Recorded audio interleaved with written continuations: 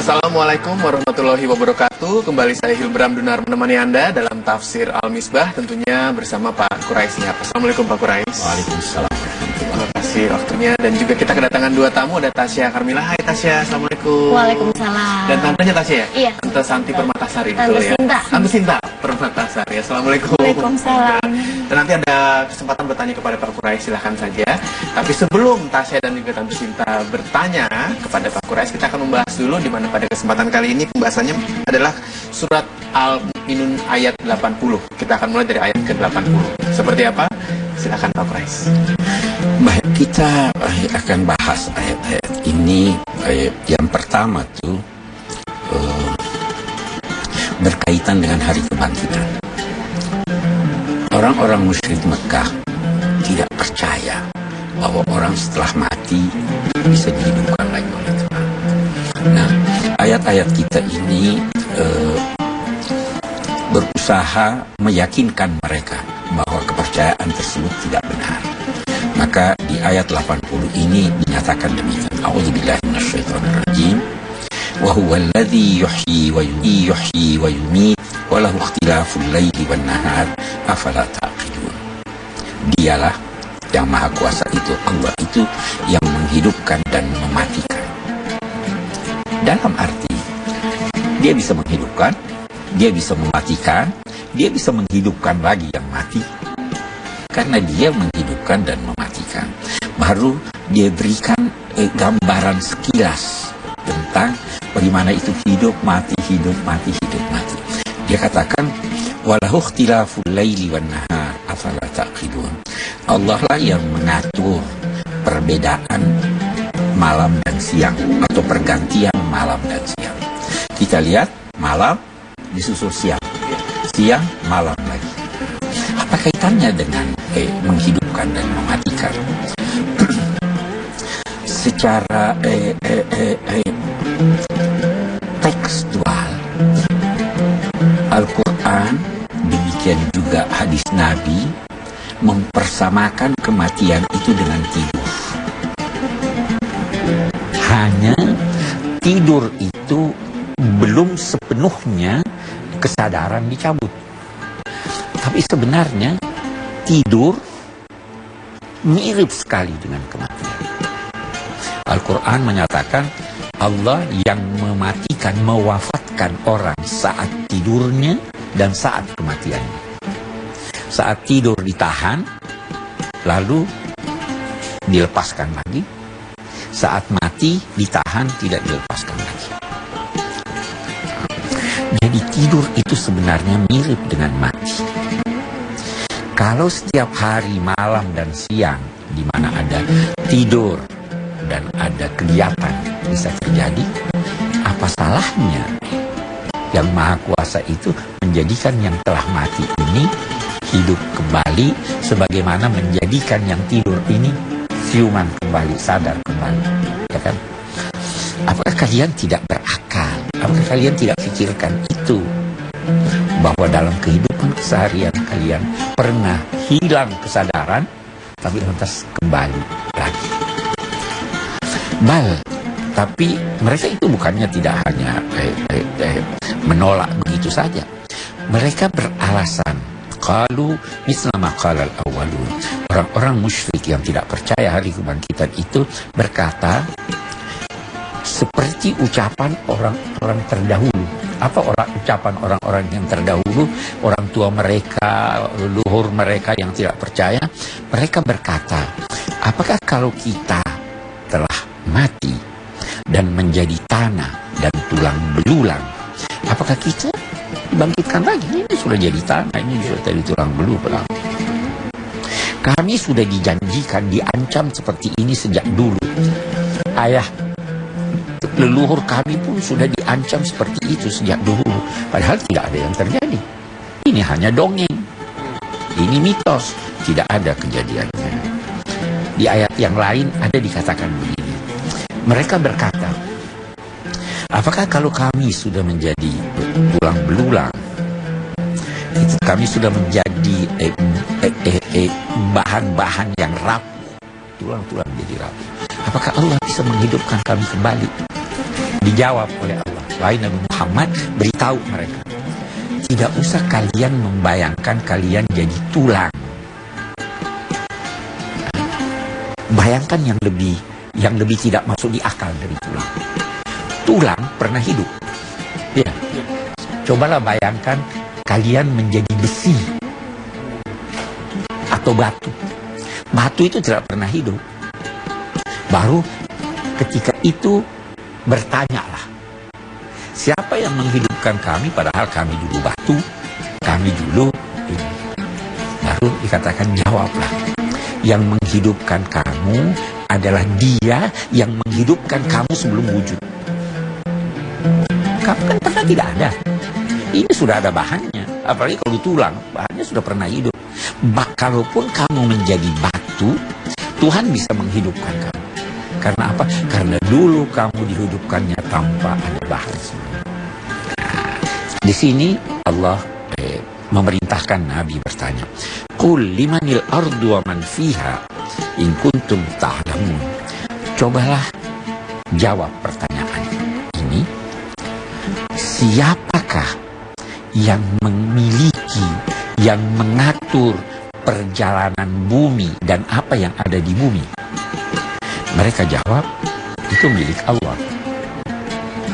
Dia tidak berkata itu diatur oleh Allah. Dia berkata itu milik Allah. Kita lihat. Saya akan beri contoh. Jam tangan ini milik saya. Ya. Saya yang mengatur jalannya? Tidak. Jam ini dibuat oleh pabrik. Iya, betul. Pabrik masih tahu sekarang jam berapa yang di tangan saya? Tidak. Dia sudah lepas. Mereka percaya begitu. Tuhan ini pencipta, tapi bukan Dia pengatur. Yang mengatur malaikat. Oh, itu kepercayaan mereka. Jadi dia mempersekutukan Allah. Oh, ya. Ini milik Allah. Oke, kita tahan sampai situ dulu. Sebelum kita lanjutkan, karena ini menarik sekali ya. Ada perbedaan yang ternyata kalau kita pikirkan secara mendalam justru berbahaya ya, Pak Quraisy, kalau sampai keterusan seperti itu perbedaannya. Jangan kemana-mana karena kami akan segera kembali.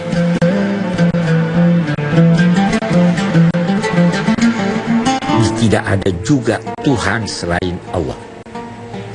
Karena kalau ada Tuhan selain Allah, pasti setiap Tuhan itu akan pergi menyerang Tuhan yang lain.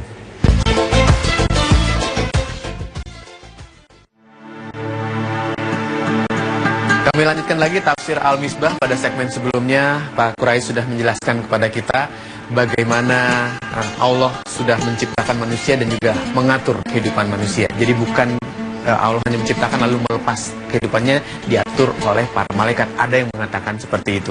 Kita lanjutkan lagi Pak. Kita lanjutkan. Jadi itu pertanyaan tadi,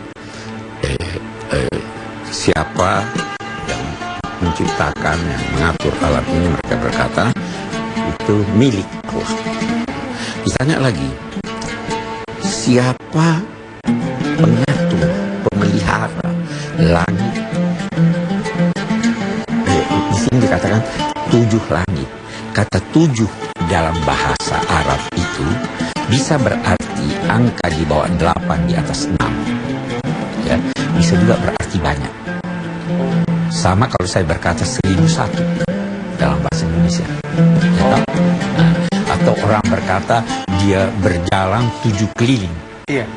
Artinya banyak, tidak harus. Siapa yang menciptakan 7 langit? Maksudnya siapa yang menciptakan aneka galaksi, planet dan lain-lain sebagainya yang ada di angkasa ini? Siapa yang menciptakan singgasana yang amat agung? Mereka berkata itu milik Allah. Apakah mereka belum bertakwa? Katakanlah, siapa yang dalam genggaman tangannya kekuasaan menyangkut segala sesuatu? Jadi bukan lagi langit dan bumi. Boleh jadi ada selain langit dan bumi. Segala sesuatu. Siapa yang mampu memberi pertolongan dan tidak butuh pertolongan? Kalau memang kamu tahu, coba beritahu saya. Mereka juga berkata bahwa itu sebenarnya milik Allah. Nah, Katakanlah wahai Muhammad, apa yang menjadikan kalian tertipu sehingga menduga bahwa ada sekutu Allah? Kami telah menganugerahkan mereka, kami telah membawa kebenaran kepada mereka melalui nabi-nabi, melalui kitab suci. Kami telah menyiapkan buat mereka potensi akal untuk menemukan kebenaran, tetapi mereka itu tetap saja menjadi pembohong-pembohong, kaum musyrik. Allah sama sekali tidak memiliki anak. Karena kan menjadi sekutu tuh kalau anak. Dia juga tidak ada juga Tuhan selain Allah. Karena kalau ada Tuhan selain Allah, pasti setiap Tuhan itu akan pergi menyerang Tuhan yang lain. Kenapa begitu? Manusia yang bertuhan, siapapun Tuhannya, tidak bisa membayangkan bahwa Tuhan itu terbatas kuasanya. Jadi kalau ada dua Tuhan bagaimana? Masing-masing akan menguasai. Kalau masing-masing akan menguasai, terjadi perang. Kalaupun memang ada yang menang, itulah yang Tuhan. Ya kan? Iya. Nah, kalau terus-menerus berperang, pasti alam raya ini kacau. Jadi tidak mungkin ada Tuhan selain. Maha suci Allah dari segala sifat-sifat yang mereka nisbahkan kepada Tuhan, sifat-sifat yang tidak itu. Allah adalah yang maha mengetahui gaib dan yang nyata.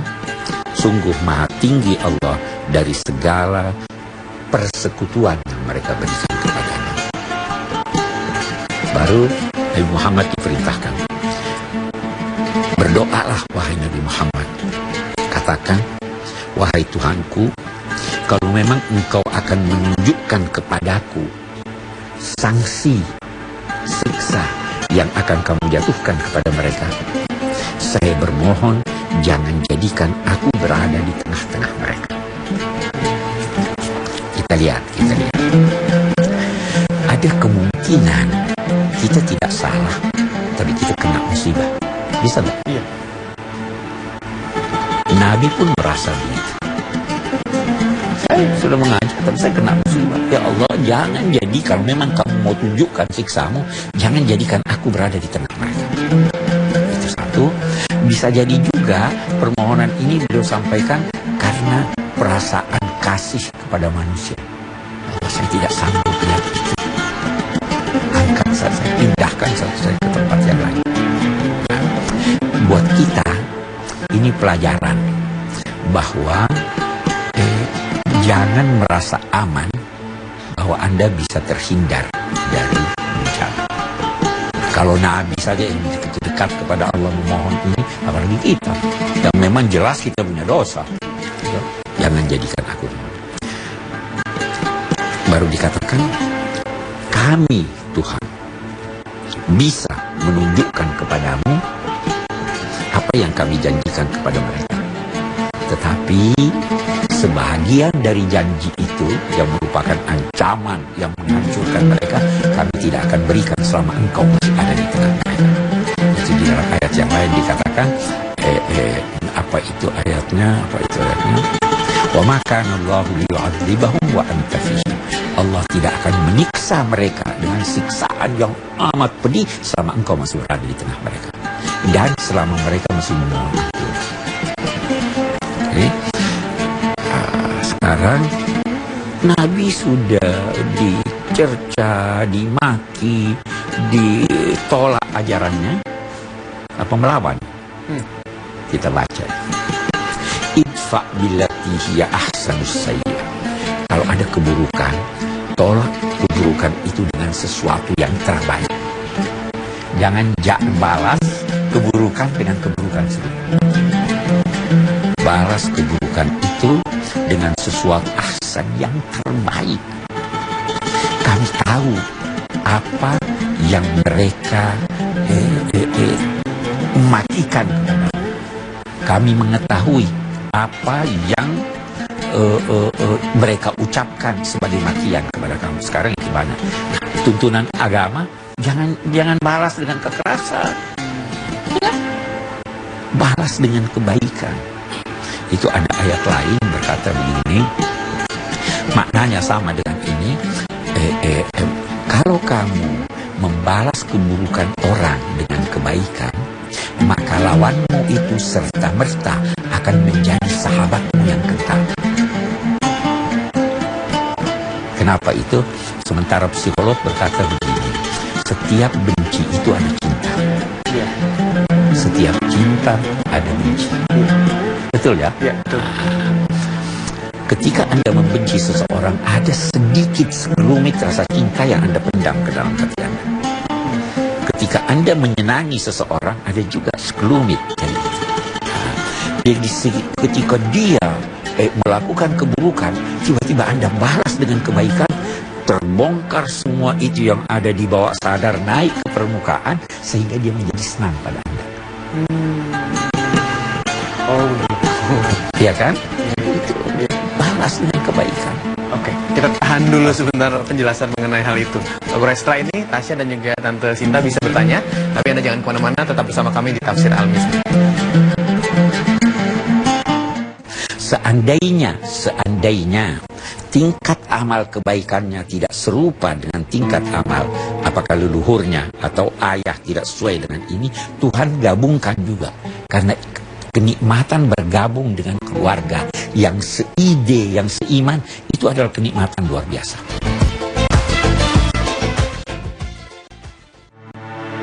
Terima kasih Anda masih terus menyaksikan Metro TV dalam Tafsir Al-Misbah. Kami lanjutkan lagi program ini.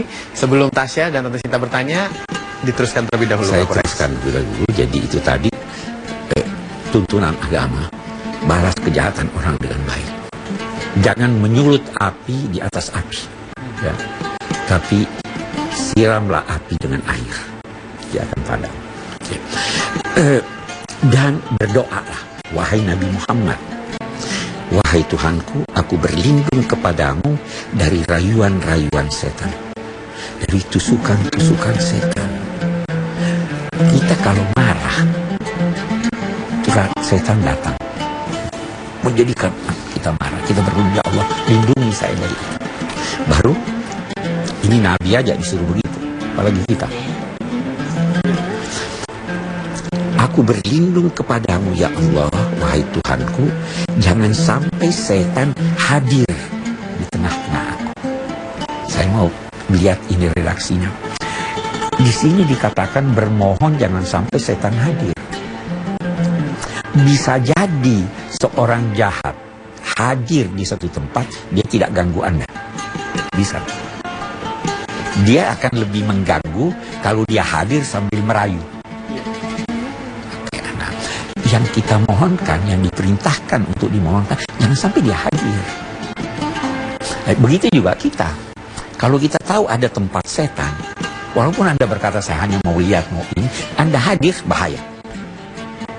Ya, ada satu orang, saya kan cuma lihat-lihat. Maka di tempat maksiat, dia tidak bikin apa-apa. Tapi dia ke sana ada setan. Kita bermohon jangan sampai dia hadir. Dia selalu cari tempat di mana kita berada. Itu jangan sampai dia hadir. Baru akhir dari ini semuanya, Allah berkata, orang-orang yang dipengaruhi oleh setan itu nanti di hari kemudian, ketika kematian datang kepadanya, dia akan bermohon, ya Allah, kembalikan aku di dunia. Mudah-mudahan aku bisa melakukan amal kebaikan yang tidak kulakukan dulu.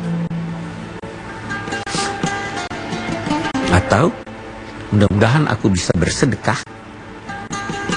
Dulu punya duit tidak bersedekah, sekarang saya mau kembali untuk bersedekah. Tidak sama sekali, jawab Tuhan. Tidak ada orang yang sudah mati kembali ke dunia. Reinkarnasi tidak ada. Itu hanya ucapan kosong yang tidak punya manfaat, karena di hadapan mereka atau di belakang mereka ada pemisah, yaitu barzakh, sampai mereka dibangkitkan di hari kemudian. Jadi dalam orang mati itu hidup, tapi hidupnya di satu alam antara dunia dan akhirat. Jadi di tengah-tengah, kita sekarang di tengah, seandainya ruangan ini kaca di situ kaca, saya bisa menoleh ke sana, saya lihat dunia. Karena kaca. Saya menoleh ke sana, saya lihat akhirat. Sana saya lihat sorga, saya lihat neraka. Tapi saya mau ke sana, tidak bisa. Karena ada dinding, itu barzakh, bisa. Saya mau ke sana, tidak bisa. Yang mati bisa melihat keluarganya yang ada di dunia. Yang mati bisa melihat tempatnya di neraka atau di sorga. Tapi mau kembali tidak bisa, karena ada dinding pemisah, walaupun itu transparan. Nah, alam barzakh itulah yang kita biasa namakan alam kubur. Sebenarnya karena kita tidak tahu ini, kita katakan saja alam kubur. Banyak orang menduga bahwa kehidupan orang yang mati itu ada di kubur. Bukan. Tidak ada jin berkeliaran di mana ini, di jeruk purut dekat rumah saya. Bukan ada, bukan di situ tempat. Di dalam tanah bukan di situ. Bukan di situ. Alam lain yang berbeda dengan alam kita, berbeda dengan alam dunia. Di sana dia memiliki kesadaran. Di sana dia mendapat panjar. Panjar kebaikannya atau panjar kejahatannya. Itu tidak ada. Saya kira itu. Ya, baik. Sekarang saatnya kita mendengarkan pertanyaan dari siapa dulu? Tante? Mulai aku. Tasya Dari dulu. mulai awal nih kan tentang kita akan dibangkitkan kembali kan nanti di akhirat. Apakah pada saat hari kebangkitan itu kita akan dikumpulkan lagi sama keluarga kita, Prof? Bagus. Saya mau tanya dulu. Seandainya keluarga Anda di neraka, mau kumpul? Iya kan? Iya. Yang dijanjikan Allah, orang-orang yang beramal soleh dan bertakwa, itu akan dikumpul dengan keluarganya yang beramal soleh dan takwa. Seandainya tingkat amal kebaikannya tidak serupa dengan tingkat amal apakah leluhurnya atau ayah tidak sesuai dengan ini, Tuhan gabungkan juga. Karena kenikmatan bergabung dengan keluarga yang seide, yang seiman, itu adalah kenikmatan luar biasa. Jadi pertanyaan Anda, bisa kalau beriman. Kalau yang kafir, tidak. Dan tidak ada yang mau. Oh iya. Ya kan? Iya. Tidak ada yang mau. Tante Sinta. Tadi sudah disebutkan kalau kita ada orang yang jahat sama kita nggak boleh membahas dengan kejahatan, tapi dengan kebaikan. Tapi kalau seandainya terus aja seseorang itu menjahati kita, terus kita misalnya emosi gitu, itu bagaimana? Sampai batas bagaimana? Bagus. Saya dulu ingin berkata begitu. Agama tidak melarang. Siapa yang menampar Anda, Anda boleh tamparnya. Jangan setimpal. Siapa yang memaki Anda, Anda boleh maki dia. Tapi kalau cuma sekali dia maki Anda jangan maki dia 2 kali. Boleh. Tetapi itu kurang baik. Karena kalau Anda balas dia dengan keburukan serupa, Anda mendapat musuh. Agama menganjurkan berbuat baiklah. Karena dengan demikian Anda dapat teman. Karena berbuat baik dengan demikian hati Anda tidak gondok.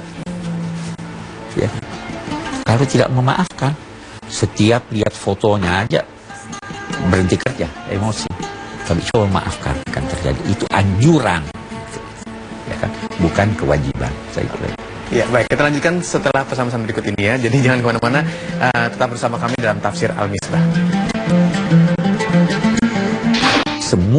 Semua yang sudah mati sejak awal sampai sebelum kiamat, sampai sekarang, itu berada di alam barzakh.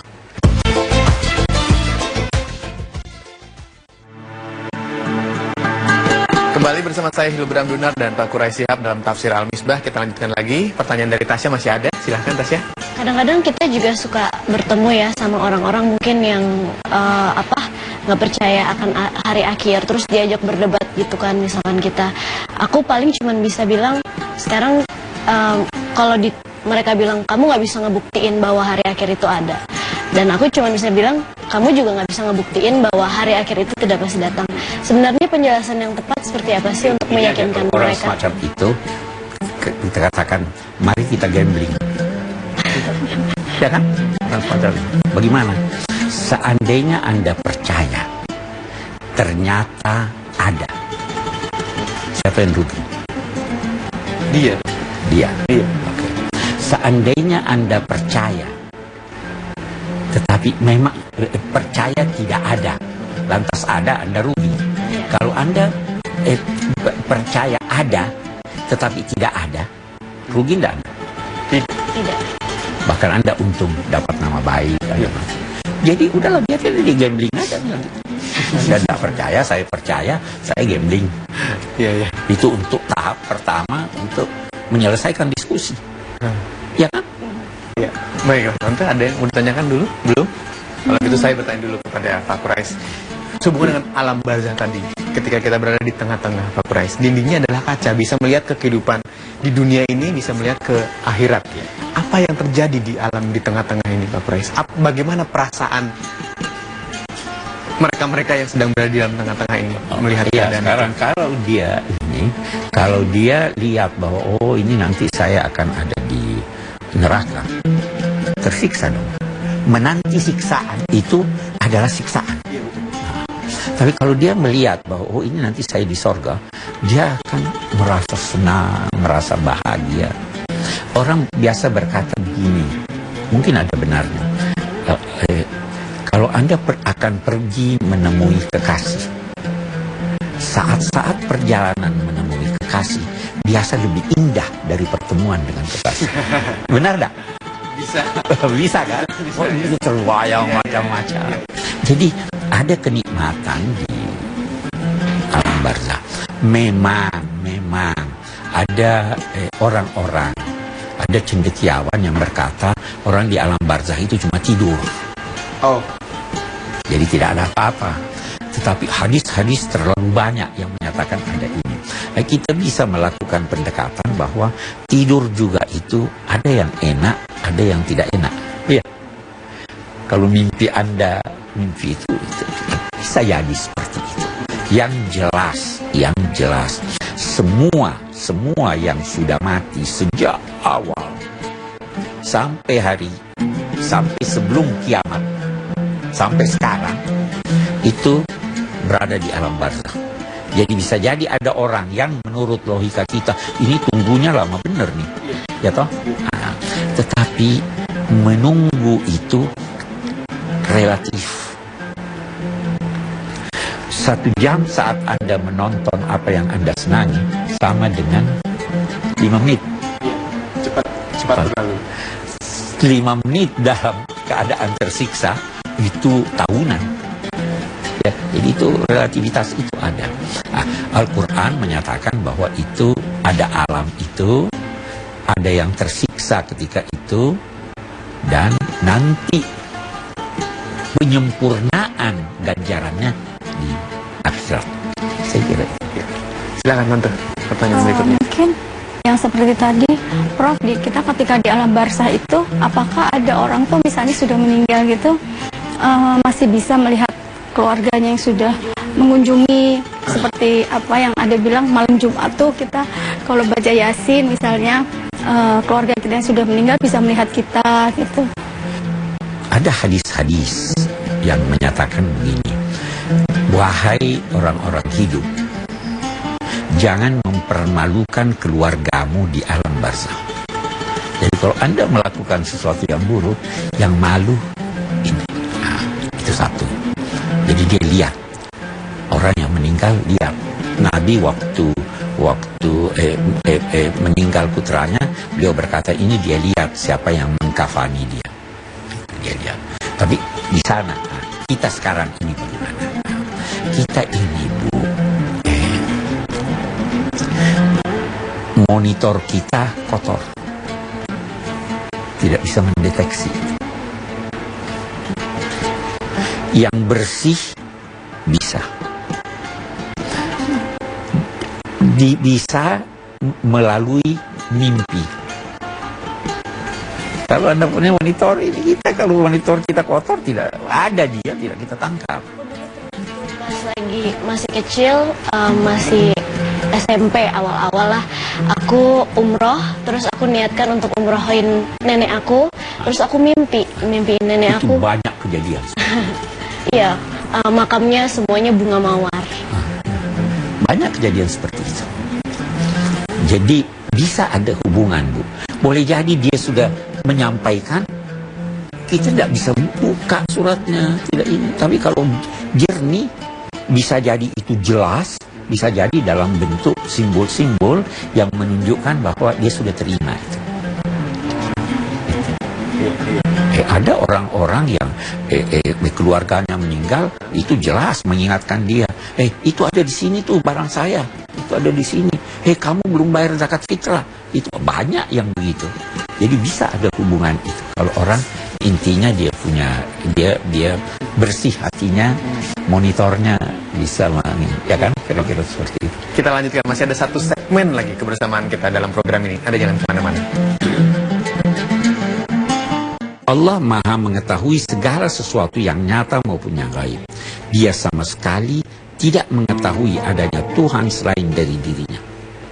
Kalau begitu, tidak ada Tuhan selain dari Allah. Karena dia tahu segala sesuatu, sedang dia berkata tidak ada.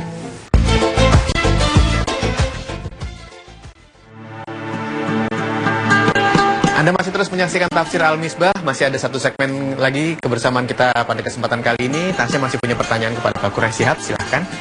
Aku pengen tanya, jadi semua itu kan yang ngatur Allah. Tapi sejauh apa kita harus berusaha, dan kadang-kadang juga malah berusahanya saking pengennya, orang tuh suka nyimpang agak-agak syirik gitu ya. Apakah itu dibenarkan, misalkan saya mau berusaha mau berdoa sama Allah tapi melalui media ini, misalkan harus minum air suci yang sudah didoa-doakan, dimantra-mantrakan, atau pakai suatu kalung atau apa seperti itu. Ujung-ujungnya dikatakan bahwa Iya, Allah juga menentukan benar. lewat ini begitu Iya, ya. benar. Pada prinsipnya, doa itu antara seseorang dengan Allah yang dituntut tulus. Hindarilah hal-hal, bahkan kalau perlu, hindari manusia yang tidak dekat kepada Tuhan, yang menyimpang dalam kegiatannya atau diragukan menyimpang. Hindari untuk meminta didoakan. Nah, tapi kalau Anda meminta didoakan pada seorang yang dekat pada Allah, tolong doakan saya, itu tidak ada masalah, ya kan? Nabi pun kita doakan, salawat itu mendoakan Nabi, ya kan? Boleh-boleh aja. Tapi lantas kalau ada, syaratnya harus pakai kalung, harus pakai ini, saya kira itu tidak. Saya tidak seret membenarkan itu. Karena itu memang ada berbau seakan-akan syarat dikabulkannya doa ini harus dengan ini tadi. Mengapa harus dengan itu? Tidak ada. Allah berfirman, berdoalah kepadamu. Kalau hamba-hambaku bertanya kepadamu, wahai Muhammad, tentang aku dekat. Tidak perlu teriak. Saya kira itu ya. Jadi hindari deh itu. Sehubungan dengan pertanyaan Tasya, bagaimana Islam melihat paranormal misalnya, Pak Quraisy? Jadi orang-orang yang dianggap punya kemampuan melihat sesuatu yang kita tidak bisa lihat.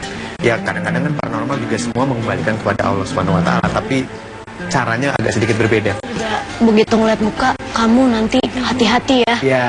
Karena besok bakalan begini begitu. Ya. Kalau saya tidak percaya, saya tidak percaya bahwa ada yang benar, ya toh ada yang benar, itu kebetulan. Ada lagi satu di dalam ajaran Al-Quran itu menyatakan bahwa jin itu berusaha mendengar percakapan di langit. Nah, percakapan itu ada yang ditangkapnya, ada sebelum dia menangkap secara utuh dia sudah dilontar lari. Nah, jin ini yang menyampaikan pada para peramal, akan terjadi ini, akan terjadi ini. Tetapi dia menangkapnya cuma setengah-setengah. Kalau kebetulan yang ditangkapnya itu benar, itu benar.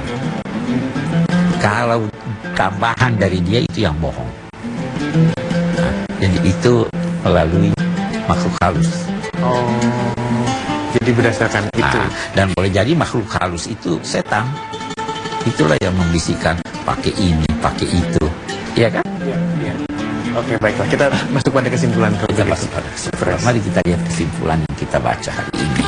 Bismillahirrahmanirrahim.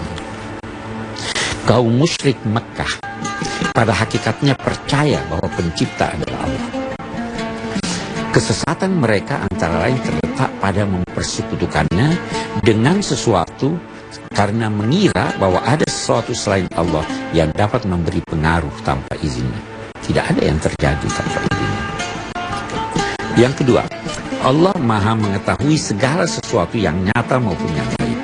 Dia sama sekali tidak mengetahui adanya Tuhan selain dari dirinya. Kalau begitu, tidak ada Tuhan selain dari Allah. Karena dia tahu segala sesuatu, dan dia berkata tidak ada. Oke.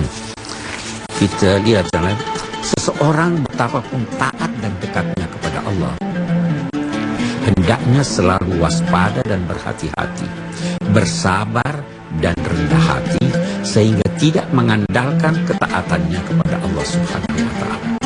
Jangan andalkan ketaatan Allah. Jangan merasa pasti terhindar dari bencana. Jangan merasa pasti terhindar dari bencana.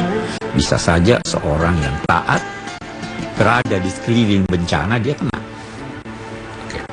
Allah Subhanahu wa Ta'ala senang terhadap yang bermohon kepadanya.